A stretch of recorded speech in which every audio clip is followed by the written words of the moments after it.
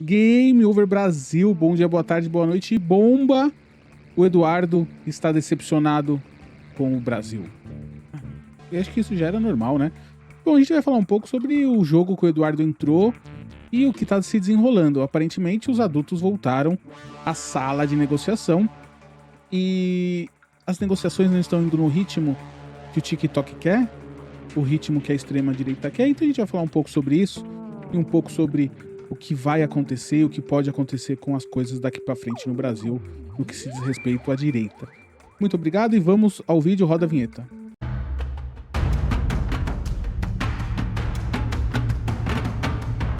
Bom, Eduardo entrou num jogo de xadrez que aparentemente no começo achávamos que ele estava ali com uma boa posição para pressionar o país, para influenciar o Trump e para se vingar, porque na verdade de tudo isso, a ideia do Eduardo Bolsonaro não era melhorar o país, a ideia é fazer uma vingança contra Alexandre de Moraes. Então ele se pôs no jogo muito complicado, um xadrez que aparentemente ele não estava pronto para jogar. Mas sim, ele está no jogo. O Eduardo hoje é um peão importante, Paulo Figueiredo outro peão importante, mas agora quem entrou na mesa foram os adultos. E entenda, uma negociação internacional não é discutida num reels do TikTok de 30 segundos, numa mensagem de WhatsApp, num áudio. Quando os adultos corretos entram para jogar, isso demanda tempo, tem que pensar. Eu sei, Eduardo, é difícil. Eu sei que é difícil pensar. Eu sei que o PL e a extrema-direita não estão acostumados a pensar futuro, porque afinal de contas tem que ter sempre uma bomba nova para alimentar a bolha. A bolha sempre tem que estar alimentada com novos fatos, novo combustível, novo inimigo e tudo mais. Porém, os adultos que conversam políticas de longo prazo não fazem isso. Não fazem esse tipo de brincadeira com a sociedade. Primeiro, a gente tem que entender que os Estados Unidos, o Trump, é um negociador e está com foco em dinheiro, na economia americana. Eduardo foi um peão que está indo para o sacrifício. Pode mudar? Pode. Tudo nesse jogo delicado de adultos conversando, geopolítica, pode mudar porque temos o problema ou a insegurança do Trump. De repente o Trump bate o dedinho na quina da porta e ele vem com uma ideia nova e tudo vai para o espaço. Porém, no momento, pontos importantes devem ser ressaltados. Os Estados Unidos fez uma nota conjunta com o Brasil. O que significa uma nota conjunta? Apesar do que estão falando em toda a direita. Bom, uma nota conjunta significa que os dois países estão falando a mesma coisa, não são notas separadas. Uma nota conjunta significa que os países estão alinhados. Alinhados tanto na conversa, tanto na intenção de resolver os problemas. E isso é importante para o Brasil e importante para as indústrias brasileiras que sim estão sendo prejudicadas. E as indústrias americanas também estão sendo prejudicadas. É isso que o Eduardo não entendeu. A economia dos países é mais importante do que a vingança que ele quer contra Alexandre de Moraes e contra, assim, lá sabe Deus quem. Porém, os Estados Unidos pararam de vender soja à China. Por que os Estados Unidos quiseram? Não. Porque a China parou de comprar e está comprando mais do Brasil. Isso é um fato econômico que não tinha como ser previsto quando o Trump começou as negociações, quando o Trump começou os tarifaços e quando o Trump resolveu dar a Eduardo a sua vingança. Porém, agora, os produtores americanos não estão vendendo mais soja para os Estados Unidos. E o Brasil está aumentando o envio de soja e venda de soja para os chineses. E aí, meu amigo, imagine uma grande parte da sua economia deixando de vender por conta de picuinhas.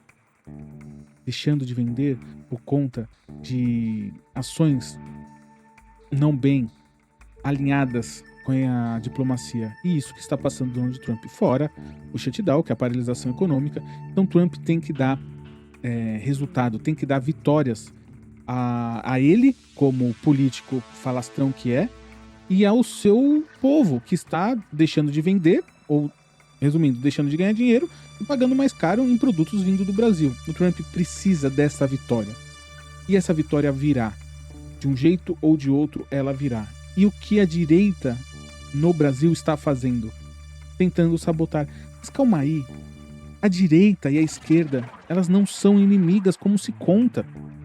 A ideia de você colocar um dos espectros políticos como inimigo só tem um vencedor, que é o político, que ganha voto com esse discurso. Porque a população não ganha. Não existe um país democrático sem a oposição. A oposição cresce. A oposição faz com que quem está no poder seja melhor. A oposição fiscaliza. Mas a nossa oposição hoje não faz nada. A nossa oposição hoje, o que ela é? Ela é anistia, ela é dosimetria. E você pega jornais, revistas que dão espaços a pessoas de direita, que não são de direita, são de extrema direita. A direita sumiu. A direita democrática, centro-direita, acabou. Hoje o que nós temos? Nós temos uma direita extremista que está na sombra de Bolsonaro. Mas calma aí. A gente viu esse filme quando o Lula foi preso. O Lula não tinha sucessor e a esquerda ficou batendo no Lula e perdeu a eleição. É isso que a direita democrática vai fazer? Não tem um político de direita sério que bate no Trump e nas suas taxações no Brasil. Não tem um político de direita que fala, olha, realmente foi golpe. E não tem um político de direita que não entendeu que a guerra entre nós contra eles não constrói o país. A direita, de um jeito ou de outro, tem que se comunicar com toda a população. Não adianta a direita só querer comunicar com uma faixa. Porque isso não é ser de direita, isso é querer defender os seus próprios interesses e ser oposição para sempre. E ser deputado, vereador, senador. E chegando ao poder, o que se vai defender? Nada. Vai se defender Bolsonaro ainda? Qual é o medo de romper a bolha bolsonarista e criar a sua própria identidade que foi cooptada pelo bolsonarismo? Isso já não existe mais. E o Congresso hoje vem com várias medidas benéficas para a sociedade porque sua imagem está no lixo. Diversas fontes, diversas informações daqui para frente vão ser o Congresso fazendo leis para beneficiar a população. Mas calma aí. Essas leis já estavam lá. Por que agora? Porque o Congresso está com uma imagem ruim. Dosimetria, anistia, PEC da blindagem, não quer taxar bets nem bancos, que são as fintechs.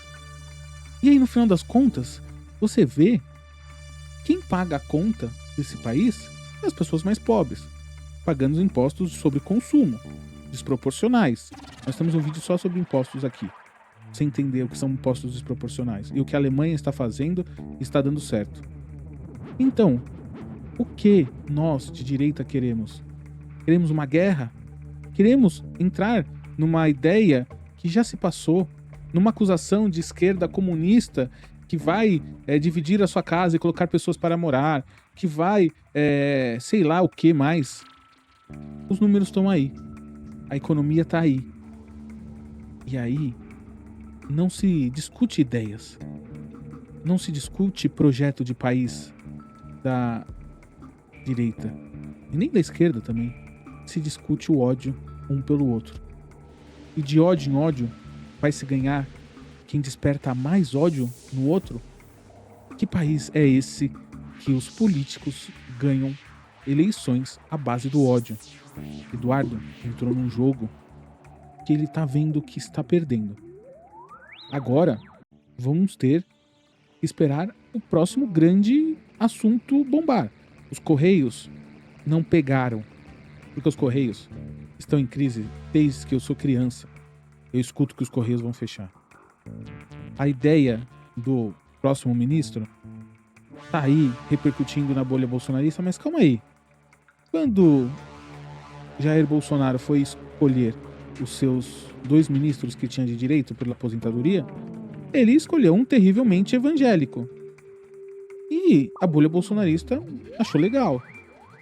E agora que o Lula vai escolher uma pessoa da confiança dele, isso é errado. Por que as medidas são diferentes? Vídeo só sobre a escolha do Lula para o STF. Mas, entenda, as medidas têm que ser iguais. E você não pode fazer como de direita ou como de esquerda, malabarismos para justificar a ação de um ou outro político. As regras têm que ser as mesmas. Os bolsonaristas agora não querem nem a dosimetria, que seria a redução da pena para as pessoas, porque vão falar aos cotovelos dentro das bolhas que as pessoas foram condenadas a terrorismo e não foram. As pessoas foram condenadas a não sei o que e não foram. Eles querem anistia. Por quê? Pelo visto, quebrar prédios públicos, invadir prédios públicos não é um crime e os bolsonaristas julgam que eles possam ser condenados. Então, se você acha que o Eduardo está fazendo o bem para o Brasil, tentando prejudicar o país, para no futuro o Brasil ser melhor, entenda, isso é mentira. Eduardo está nos Estados Unidos tentando uma vingança contra um juiz da Suprema Corte.